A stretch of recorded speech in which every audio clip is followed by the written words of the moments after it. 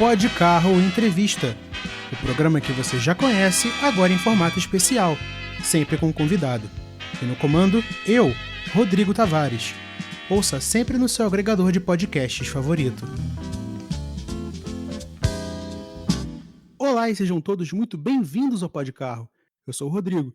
E no programa de hoje a gente vai trazer mais uma vez o quadro de entrevistas. Galera, a gente está de volta. Dessa vez com uma pauta bem especial, porque eu não imaginava que isso fosse acontecer, mas estamos entrevistando pessoas do grupo Mango Racing. Galera, o grupo aí que tem uma história um tanto inusitada, tanto de criação quanto de formação, mas que, enfim, é a galera que escuta, que curte o programa, então nada mais justo do que a gente trazer uma parte desse grupo também para dentro do Podcarro.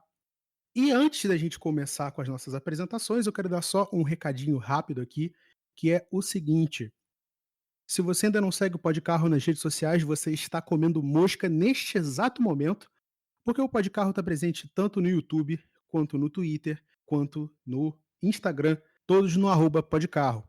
No Twitter em especial, porque é onde a gente posta as baboseiras que acontecem dentro do grupo Podcarro de comunicação.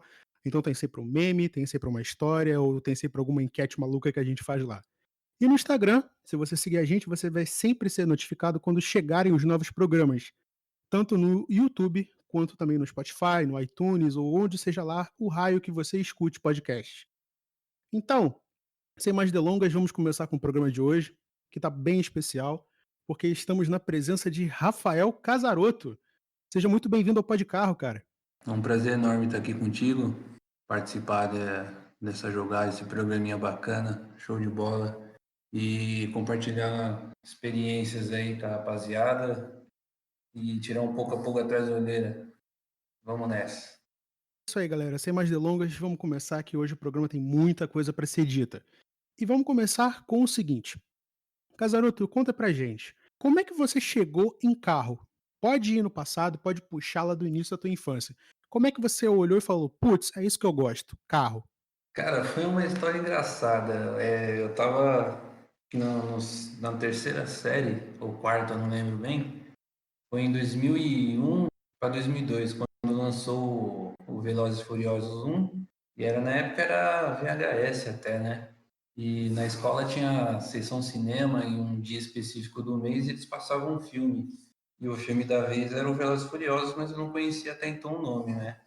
E vi aquela parada dos carros tudo, os três Honda no começo, roubando o caminhão, a parte do pega lá, o primeiro pega do filme.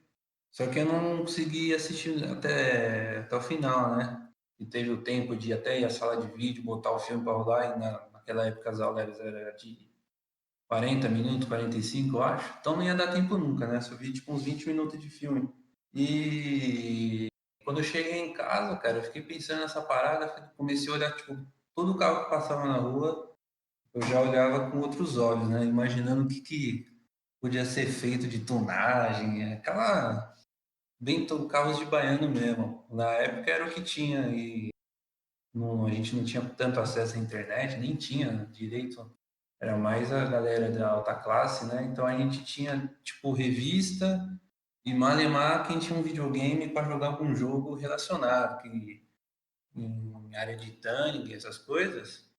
Não tinha na época games focados nisso, né? O Underground não tinha nem sido lançado. A gente tinha Test Drive e outros quesitos que eram mais para corrida em circuitos, esse tipo de coisa, né? E aí, uns meses depois, um vizinho meu tinha alugado uns VHS na época e tinha lá o Velozes e Furiosos no meio, né? Eu tinha gravado o nome, eu peguei emprestado e assisti o final de semana inteiro, cara. Aí depois disso, eu me mudei do bairro onde eu morava. Eu fui para um bairro nessa escola nova onde eu morava, que eu passei a morar. Tinha uma galera que curtia carro, tinha dois amigos meus que frequentavam muita arrancada.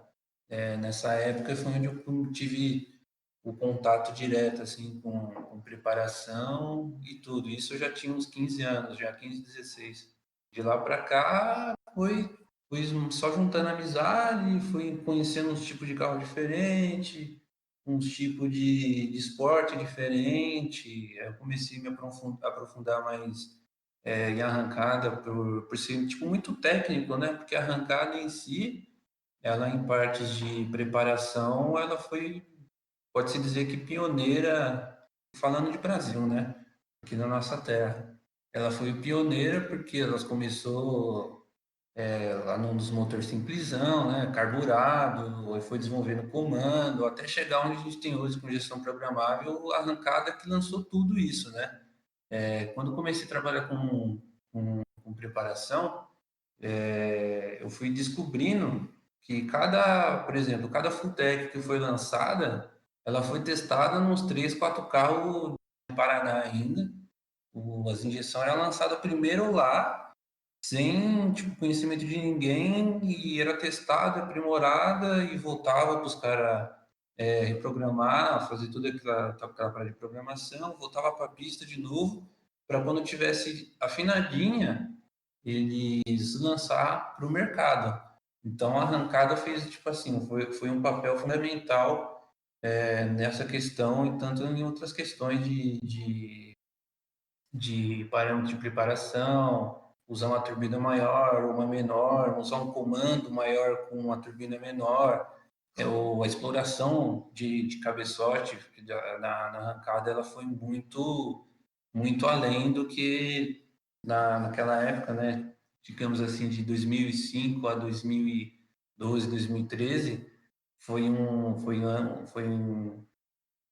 uma parte assim da arrancada onde a turma, os preparadores, tanto grandes oficinas ou equipes, assim, eles exploravam os motores ao máximo, né?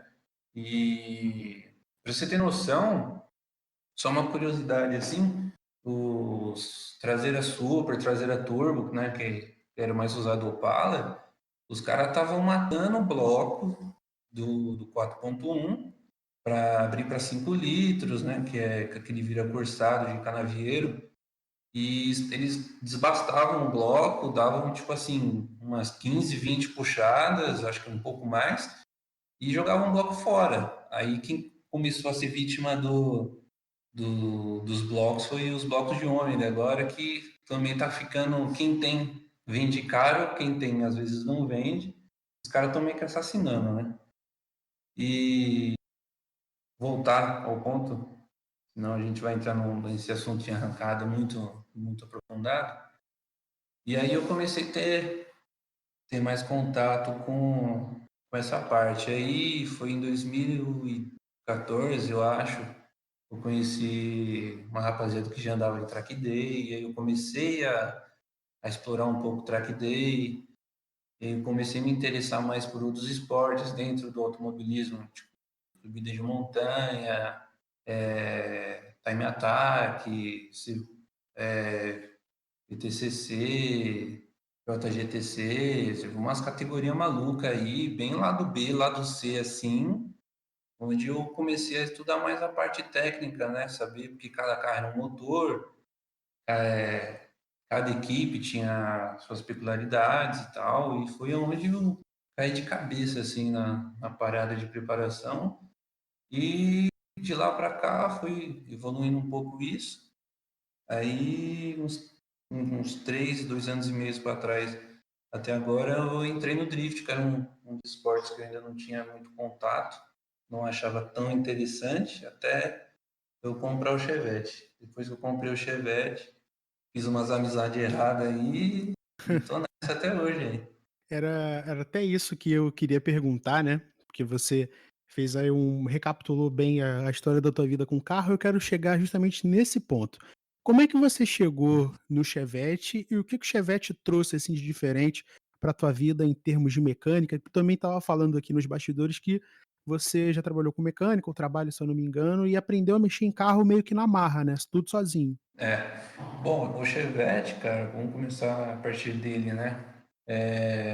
O Chevette eu comprei ele, na verdade era para ter comprado um Fusca, só que o Chevette estava em melhores formas de pagamento, né? Aí eu acabei abraçando ele. Mas até então eu não tinha noção nenhuma de que eu ia entrar na praia de drift, entrar nessa onda toda aí. Eu comprei um carro porque eu queria um carro na época. Eu tava um pouco me lixando, eu nunca me importei com. Só queria um negócio que andasse. E aí eu peguei o Chevette, fui diretamente na casa do membro da Mango Race, o Rodrigo Dash, que mexe com fabricação lá, pintura. Aí ele me levou para dar uma volta, tava eu, ele, o Yuri, que também tá na Mango, da Vegas. Tava chovendo, o carro tava todo original ainda. E aí a gente o Dash estava no piloto e a gente foi tipo num bairro próximo ali de onde a gente morava na época. E é bem afastado, não passa carro, não passa nada. E o Dash começou a jogar o carro de lado lá e eu tava no banco de trás. Falei, pô, pariu, que da hora, cara. Achei bacana. Aí foi aonde eu comecei a explorar mais, assim dizendo. Indo para um pouco do lado das experiências na mecânica, para voltar para o Chevette brevemente, eu sempre trabalhei em oficina desde os meus 18. Eu trabalhava uma época, depois eu ia para outro serviço, trabalhei em outra oficina, ia para outro trampo, sempre foi isso, né? E aí foi onde eu passei a adquirir experiência mesmo, foi em oficina, né? Porque quando você entra lá como ajudante, o cara te suga, mas para mim isso foi bom porque eu consegui aprender a tudo que eu sei hoje, assim, grande parte do que eu sei hoje eu aprendi sendo sugado, né? Mas hoje em dia, mecânica, assim, é somente hobby, particular meu mesmo, mexo nos meus carros, a gente junta uma rapaziada aí, faz um garage day, mexe no carro dos colegas, mas basicamente é isso, nada além disso.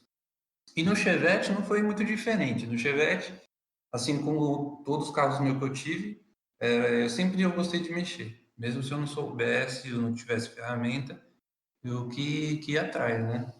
E com o Chevette começou soldando diferencial, cortando mola, aquela coisa básica assim.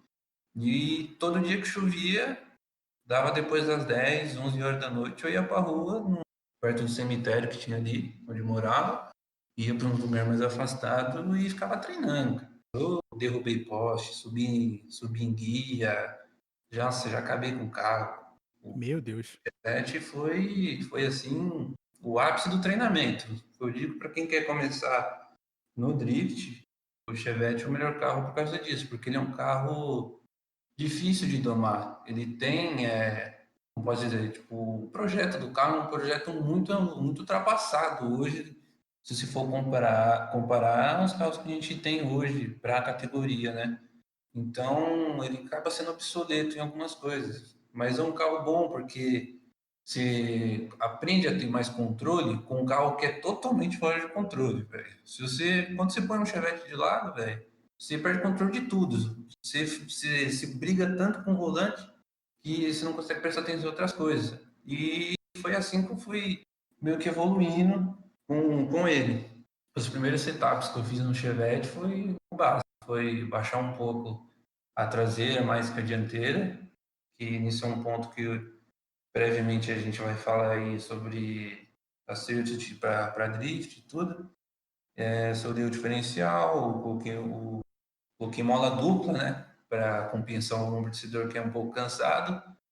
Aí eu aliviei o carro, botei um banco concha, o assoalho estava todo podre, então foi refeito todo também, junto com o Dash que sempre fez esse serviço para mim. Troquei o carburador, coloquei um 4 em 1 e o resto foi só perfumaria.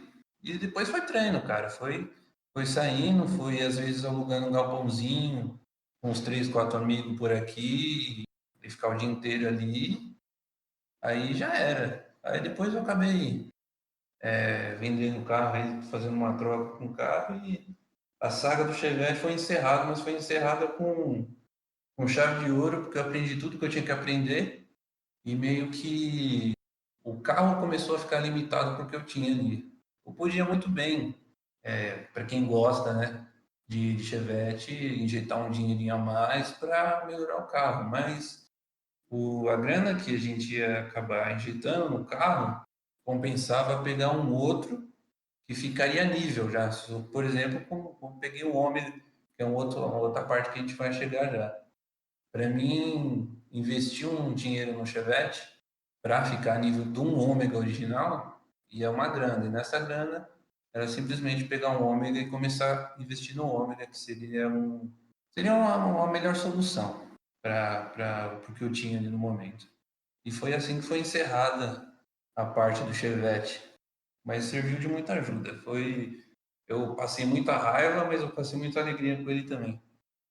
Isso é muito bacana, porque prova que o carro ele meio que moldou o teu caráter em termos de automóvel, né, você aprendeu tudo que você tinha que aprender, você ficou mais conectado com mecânica, você aprendeu a mexer no seu carro e o mais importante, tu fez amigos ao redor dele, e aqui no programa a gente preza isso bastante, porque o carro ele foi feito para unir as pessoas, sabe, e isso é muito bacana, porque não só você aprende, mas você também ensina a galera que está ao teu redor, e isso é muito bacana.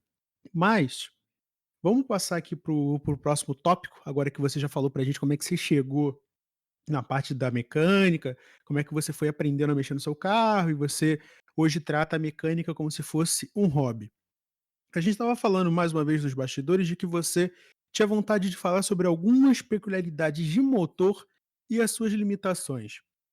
Isso você aprendeu por causa do seu contato com a mecânica ou por causa da sua convivência com o Chevette e depois com o Ômega e essa vontade ensandecida que todo mundo tem de jogar o carro de lado?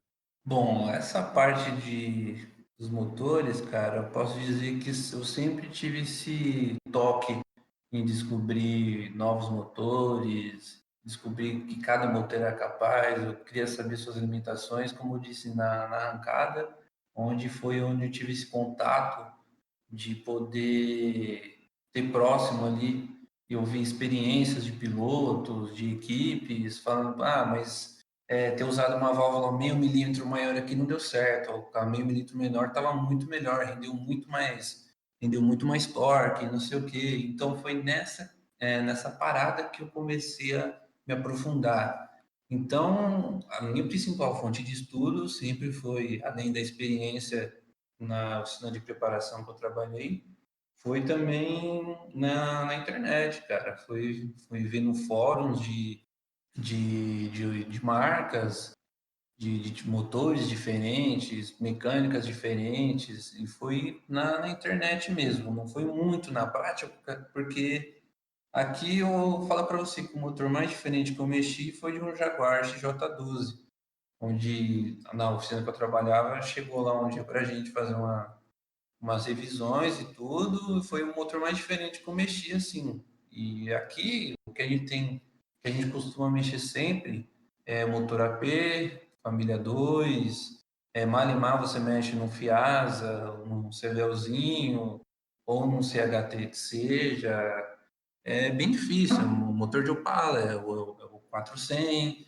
essas coisas que a gente tem. Então, para mim não ficar muito limitado nisso, eu busquei conhecimento lá fora, em blogs, em sites gringos, né? Porque em cada país tem os seus apesão, né? Vamos dizer assim. Cada Aham. país tem o seu apesão onde os caras exploram aquele motor onde aquilo não é nem explorado, os caras nem sonham em ver. Na época, eu tinha um Renault Nevada 21. Aquele motor, pra você ter noção, aquele só era usado no Nevada e nas perua Chevrolet Trafic. Meu Era Deus. era o único setup que tinha. E era um puta motor. Um motor 2.2 carburado, que rendia ali na época acho que 125 cavalos mais ou menos e quase 23 kg de torque. Motor de carga, né? Aham. Para um carro. Então, eu queria saber mais desse motor, o que eu podia tirar dele, o que eu podia pôr nele. Então, eu recorri a um blog espanhol e, se não me engano, português também, que lá tem o Renault 21 Turbo, né? Eles são mais fortes lá, né? E foi aí que eu comecei, né, na verdade, a explorar essas paradas de motores e a limitação de cada um até um certo grau de preparação. E foi nessa jogada aí que eu cheguei até aqui. Com muita curiosidade, eu digo para quem é curioso, vai embora, vai encontrar tudo, porque a internet hoje é uma grande fonte de informação. Se você souber usar essa ferramenta, cara, você decola, você vai muito longe. Realmente eu confesso que eu não estava esperando saber que o motor da Renault Trafic era o mesmo da Renault Nevada, inclusive, forte abraço aí para o Luiz, nosso comentarista que adora peruas. Mas, cara, eu realmente, assim, ainda estou um pouco assustado com o negócio da Renault, porque eu particularmente gosto da Renault Trafic, eu não fazia a menor ideia que o motor dela tinha sido reutilizado em outra plataforma, mas mesmo assim, vamos nos ater, ao programa, porque senão eu vou ficar falando desse carro o dia inteiro. Esse cara é sensacional. Sim, eu acho super bacana. Me diz, como é que você chegou no teu ômega, né, porque, assim, o que eu conheço é que, assim, um pouco, né, eu sempre fui muito fissurado pelo ômega, não conheço muito sobre ele, afinal é um pouco aquém da minha realidade, mas assim, depois que você saiu da arrancada, que você começou a trabalhar em oficina, que você começou a querer entender mais de mecânica, assim, você já tendo conhecimento do Chevette, o que que você falou: "Pô, agora que eu já meio que sei controlar um Chevette, já tô partindo para um novo capítulo da minha vida". Por que um ômega? Cara, o Ômega foi assim, para começo de história, ele foi um carro, agora partindo para a parte um pouquinho sentimental, ele foi um carro que marcou a minha vida fortemente. Na época, isso em 96, 97 mais ou menos, a minha família sempre foi muito humilde, né? Então a gente sempre foi o mais humilde do lugar mais humilde que a gente morou. E o meu padrasto, na época, ele tinha arrumado um emprego na Motorola. E ele foi motorista de um cara lá, né? Bom de grana e era um cara muito generoso, né? E ele tinha comprado um Ômega, se não me engano era 4 cilindros ainda, e quem dirigia era o meu padrasto. E ele acabou não gostando do carro, né? O dono. Achou um carro muito fraco, ele queria ter pego o 3.0, se não me engano, o 4.1, não lembro. E ele acabou comprando o 4.1 depois, e o 2.0 ele acabou presenteando pro meu padrasto. Então foi uma coisa muito boa que aconteceu pra gente que não tinha carro nenhum, naquele exato momento, naquela época. E eu tenho uma foto com o dia que o carro chegou, eu tenho uma foto desse carro até hoje, comigo pequeno do lado do carro. Então era um carro que, assim, que marcou tanto essa guinada na vida que a gente deu naquela época difícil e puta carro também. Meu padrasto chegou, né, com o carro em casa, me pegou no colo, me botou do lado do carro e tirou uma foto. Depois eu até mando aí nos bastidores para todo mundo ver. Aí, depois daquele dia, eu tive o carro assim como um marco, né, para minha vida. Eu sempre tive na cabeça que em algum momento da minha vida, eu ia ter um ômega, mas eu nunca imaginei até então que seria para fins de moeção, né? Para fins de ser o carro da bota.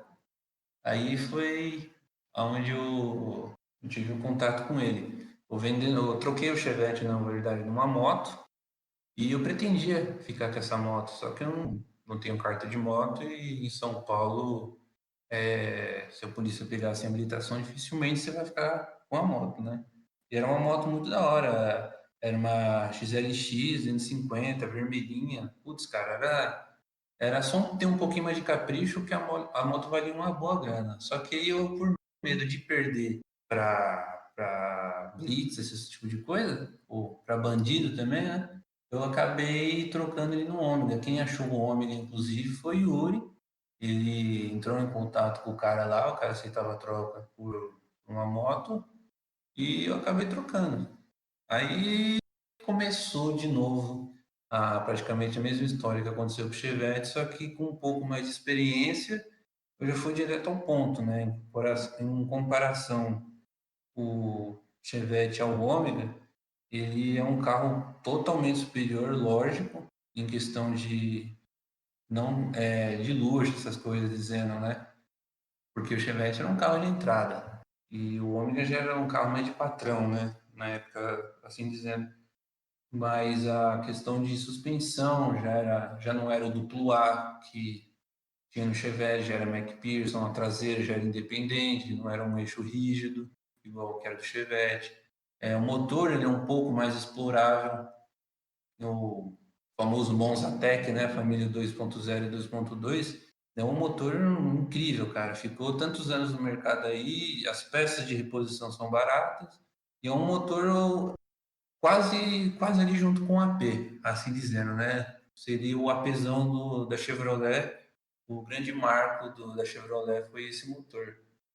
E foi aí que eu comecei a fazer as primeiras modificações nele e modificava, testava até chegar onde eu cheguei hoje, né?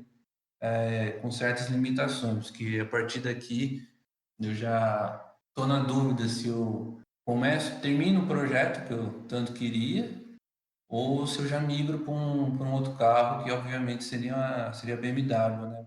A quesito de drift, assim, ela é mínima coisa superior, né? Em questão do ômega, dizendo assim, em termos de potência, né? Potência, peso, potência, distribuição, e ela tem uma vantagem a mais na suspensão traseira, que ela permite mais regulagens comparado ao ômega. E o eixo traseiro do ômega, ele eu não digo que é uma cópia descarada da BMW E30 e da E36, as modelos compact, 318 e afins. É a mesma coisa, o sistema bumerangue. Cagar e cuspir de uma coisa, a engenharia é praticamente a mesma, né? E só a título de curiosidade para quem não sabe, o ômega, o primeiro ômega A, ele foi fabricado em 86 pela Opel na Europa. E o ômega só veio para cá no Brasil em 92, quando a Opel parou de fabricar o ômega A na Europa e foi para o ômega B, onde não veio nenhum homologado, nem ninguém trouxe nem particular esse carro para cá, né? Que a gente costuma ver muito carro diferente aqui. É nego que tem dinheiro que traz, né? Porque quer. Foi descontinuado em 98 aqui no Brasil por conta da Opel e da Lotus já não mais ajudar a gente, né? Depois foi o motor do Opala repaginado, parou lá e o Ômega B lá, acho que parou em 2002 ou 2004, se eu não me engano. Aí, voltando, e foi nessas experiências. Aí eu peguei o carro totalmente original, ele era um carro, foi usado no GNV, e era a primeira geração, pelo que eu tinha visto ali, né? Então, foi um carro muito usado, um carro muito judiado, então já esperava que o motor uma hora ia abrir o bico. Deu umas botas com ele, deu uma surra, ele já começou a abrir bico. E eu parei, desmontei ele inteiro, quase perdi virabrequim, quase perdi biela, aliás, perdi uma biela, já não estava mais retífica.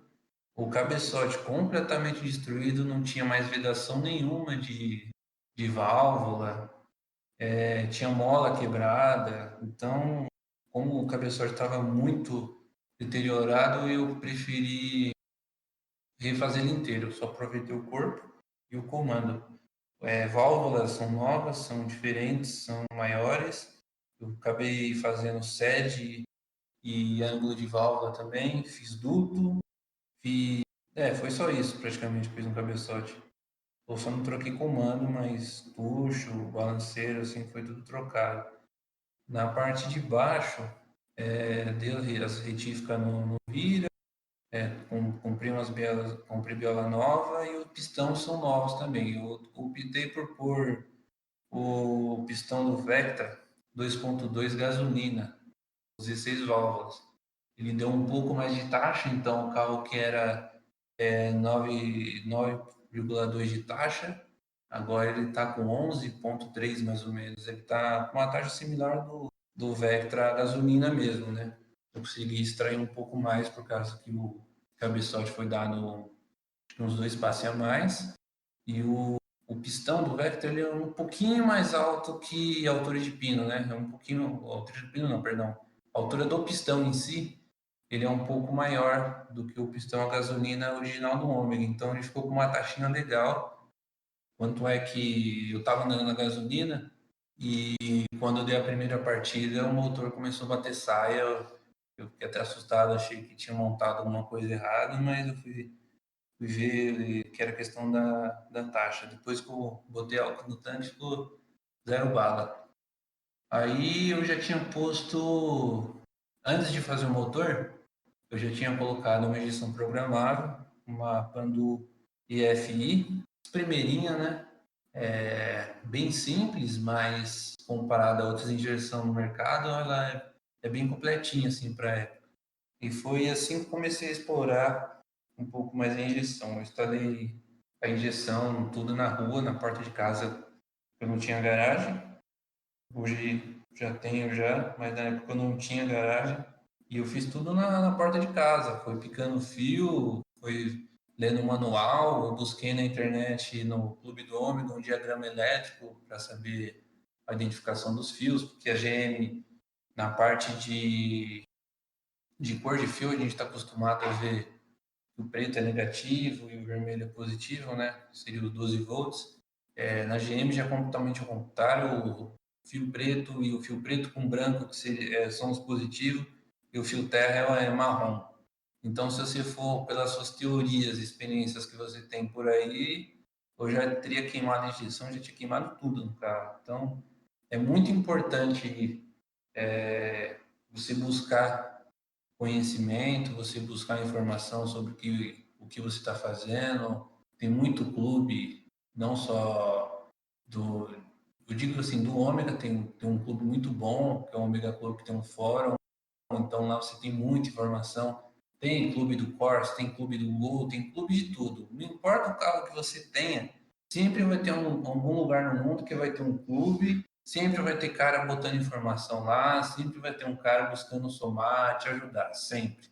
Grande parte que eu precisei mexer no Renault Nevada, eu peguei lá fora também como referência, igual eu sempre fiz com todos os carros. E depois disso, eu acabei não fazendo mais nada no carro. Esse foi o setup que eu tinha feito e estou andando com ele até hoje. Aí, o motor tá novinho, tá tinindo, tá muito mais forte comparado ao que tá. E eu nem fiz um acerto fino ainda por não ter ido um dinamômetro, que é muito importante você ir.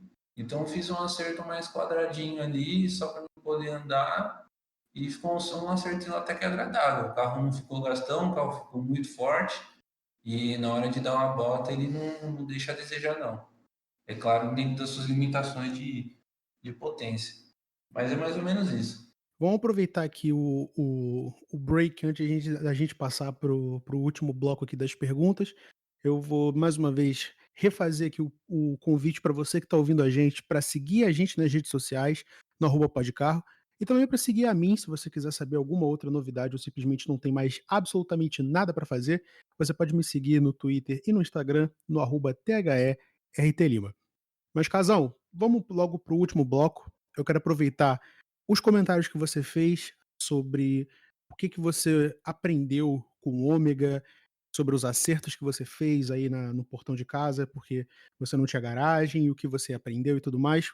Vamos fazer o seguinte: vamos supor que o nosso ouvinte, ou a nossa ouvinte que está ouvindo a gente agora, quer entrar de cabeça nesse mundo da preparação e quer começar um projetinho, mas não quer gastar muito. Entendeu? Talvez Uhum. queira fazer um track day, talvez queira ir numa arrancada só para ver o que o carro consegue fazer. O tal drift eu não acredito, porque, assim, tem gente que gosta.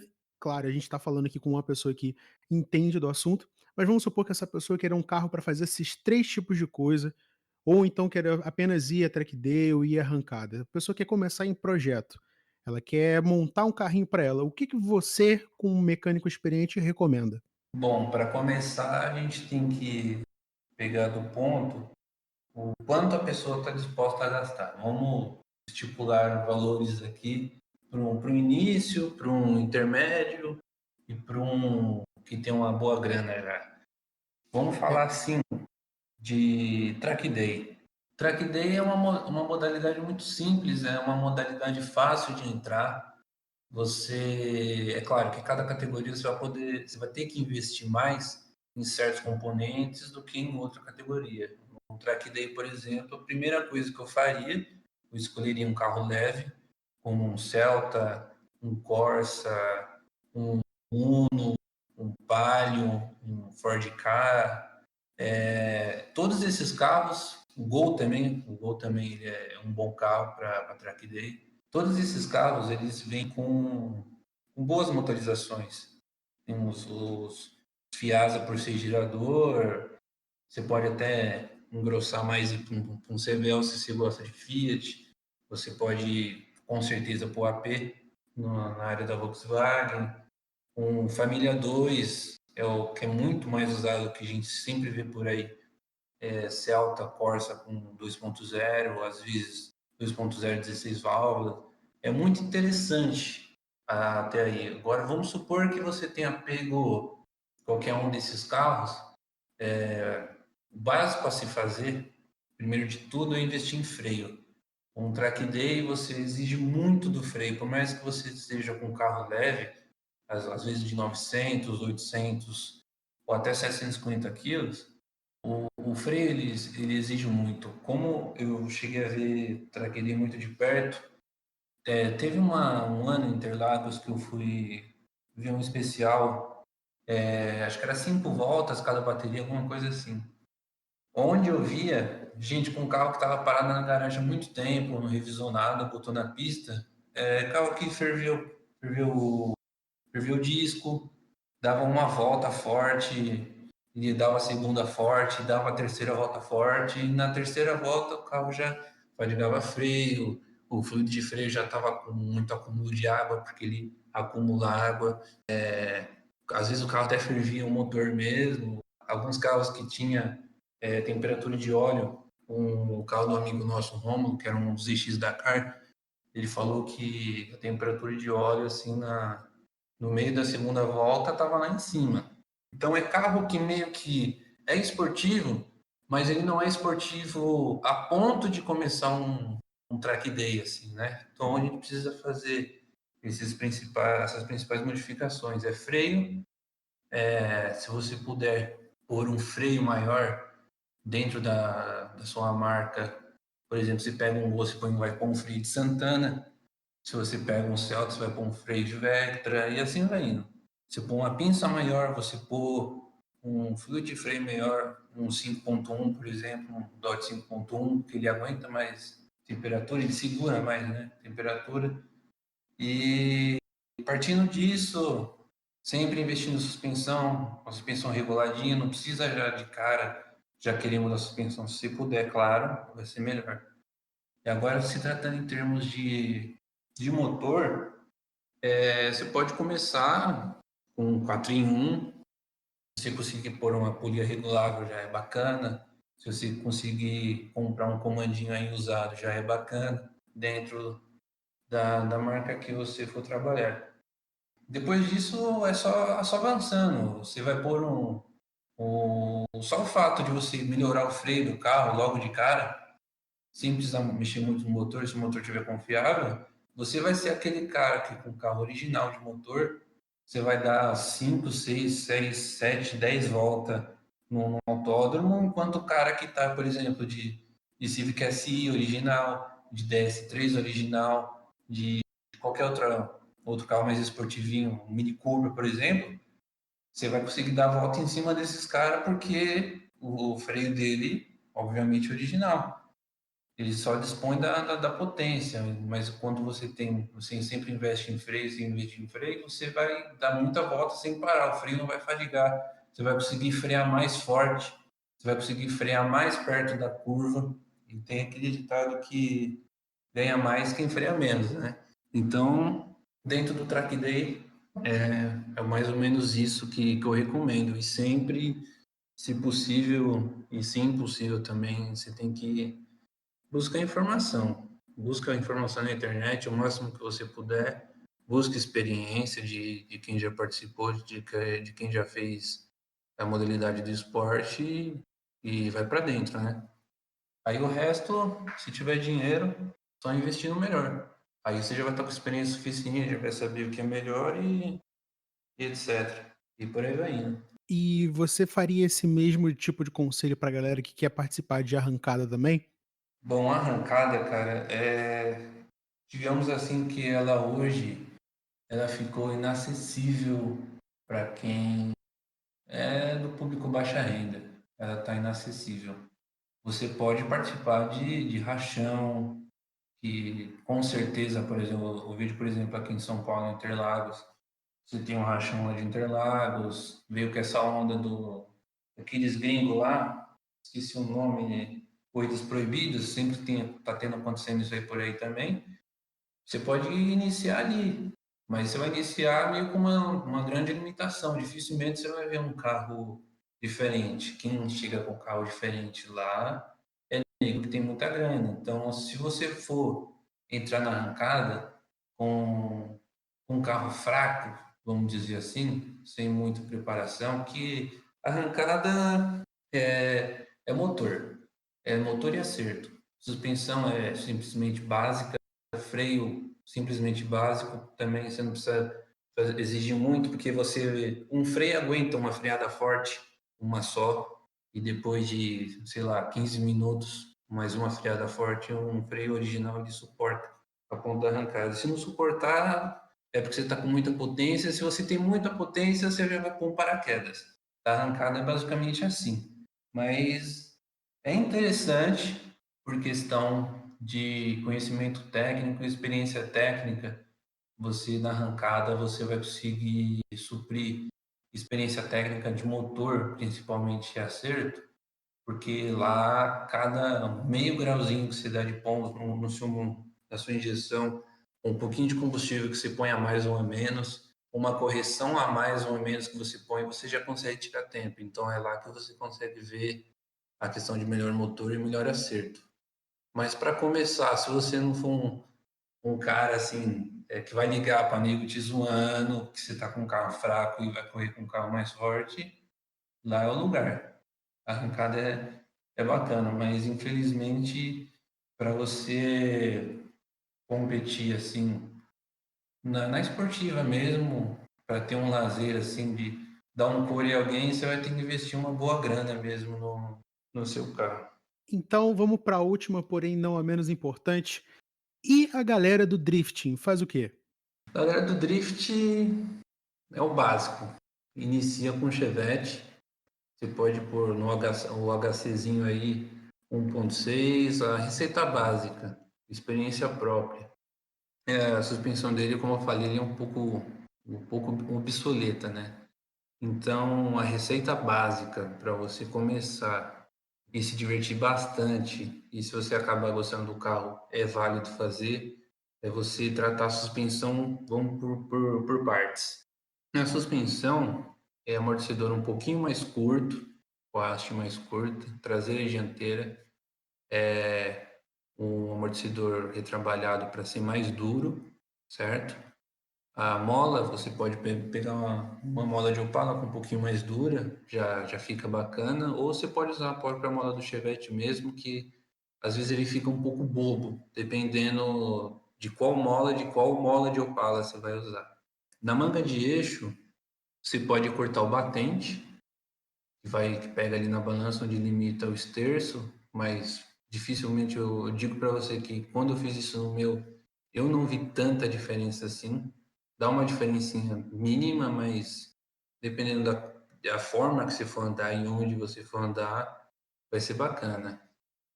Chevette é um carro leve, então você não precisa tirar muita coisa, porque também o que você tira dele não é a mesma coisa que você colocar um passageiro a mais ou a menos no carro, vamos supor assim.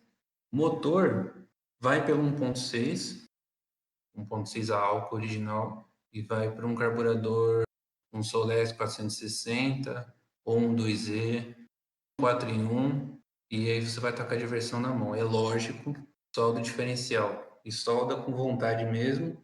Eu vou deixar a dica aqui para quem for soldar, se tiver a máquina em casa ou em algum amigo ou for levar para soldar, é 200 amperes na máquina MIG e solda com muita vontade mesmo. Solda bem com vontade.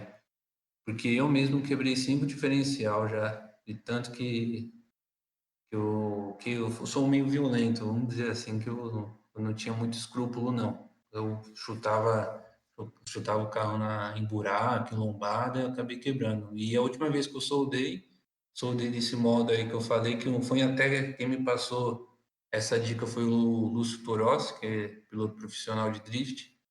É ele que passou essa dica e o carro quebrou tudo, mas não quebrou o diferencial. Aí vamos supor que você tem um pouquinho mais de grana e não quer muita dor de cabeça. Aí você pega um Ômega. O Ômega você pode pegar o 4 cilindros. Recomendo pegar, se você gosta, eu por experiência, como já andei no 2.0 e tenho 2.2, eu prefiro 2.2. Ele é um motor um pouquinho mais quadrado. É, a relação de RL dele é um pouco mais quadrada. Então o benefício é de ter o torque em baixa rotação, e no drift é praticamente o que importa, assim, vem primeiro torque e potência, e não potência torque, como em algumas modalidades. Ou você pegar o 4.1, por ser um motor é, mais moderno, a injeção do Ômega 4.1 é sequencial full time, de 1000 RPM até o corte de giro, ele é sequencial full time. Foi uma das primeiras injeções sequencial que teve aqui na época, foi antes do sequencial do Calibra, né, do C20XZ, foi o Ômega teve, a injeção da Bosch, foi onde a Lotus deu uma boa maquiada, mas é aquela coisa, o motor, em questão original, você não consegue extrair mais praticamente nada do 4.1 do Ômega, porque ele já está no limite, né? Para quem não sabe a história, quando a GM veio aqui e trouxe o Ômega com os motores 2.0 e 3.0, são motores antigos, já usados lá fora. O 3.0 acho que saiu no Manta, no Opel Manta ou no Senador, não lembro qual dos dois, mas é um motor muito antigo, um motor da década de 80, o 3.0. Então eles descontinuaram, só que o Ômega estava meio com certo sucesso aqui, então a GM enviou os motores de Opala para Lotus refazer, né? Porque, né? Injeção, recomando e tudo, essas coisas para ficar aqui no mercado. Por isso que o Ômega ele não durou muita coisa, porque não tínhamos muitos motores de Opala disponíveis e foi descontinuado e não tinha interesse aí. Foi o que eu achei uma grande tristeza e uma infelicidade para nossa parte, quem gosta da marca, eles não ter trago o Ômega B para cá, que ele saiu com uma motorização muito boa lá fora. É um carro que os romenos, alguns russos também usam no drift lá, o Ômega B, e você vê com uma plataforma muito diferente, muito bacana. O motor já não é mais 6 em linha, é em V, ele é um pouco mais potente, tem um pouco mais de torque, tem uma litragem menor, mas já é aquele Ecotec que na época lá na Europa eles já usavam e a gente começou a usar aqui uns anos atrás, quando o motor do Monza, o Monza Tech, foi descontinuado aqui, né? E no Ômega, voltando para o assunto, ele não é um carro que não precisa de muita coisa. Se você for pegar um 4 cilindros, se quiser andar com ele com força mesmo, você vai ter que aliviar, tira banco, tira forro, tira forro de porta, forro de teto, carpete, tira aquela manta de anti-ruído, anti-temperatura e vai cortando o que você conseguir do carro. Agora, se você tiver um 6 cilindros, você já se diverte um pouquinho mais, que ele já tem um pouco mais de potência, um pouco mais de torque em relação ao 4. Eu digo, não chega a ser o dobro em questão de potência, que o mais forte que a gente tem é o do 4.1, que são 168 cavalos, mas já são acho que 29 quilos de torque, comparado ao 3.0, que é só 23. Mas continuando nesses carros assim, no 4.1 você vai se divertir bastante. Eu não gosto muito, é um particular meu, porque a distribuição de peso do Ômega em relação à BMW, que eu vou falar em breve, ela é muito desproporcional. O Ômega é praticamente uma marreta, o 4.1. A frente dele é muito pesada, então você tem que fazer um trabalho na suspensão dianteira muito bom.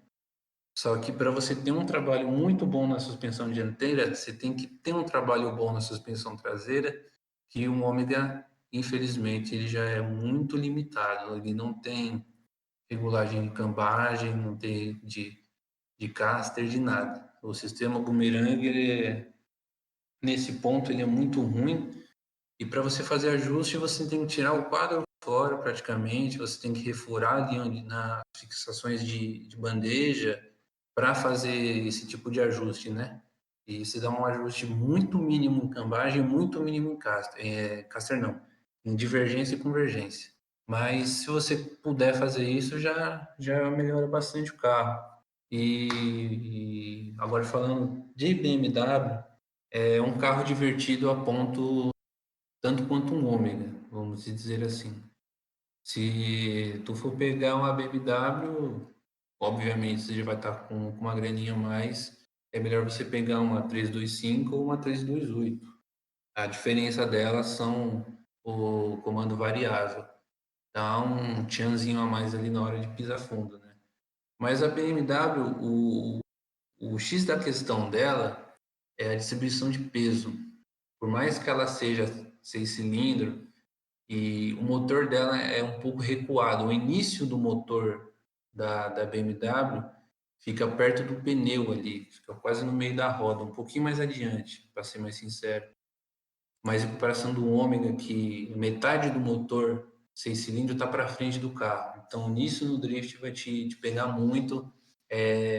Eu já vi casos de pessoas desistirem de montar um Ômega porque elas vão direto no mais potente, que é obviamente o 4.1, e se arrependerem por ele ser um carro pesado, mal dimensionado em questão de distribuição de peso.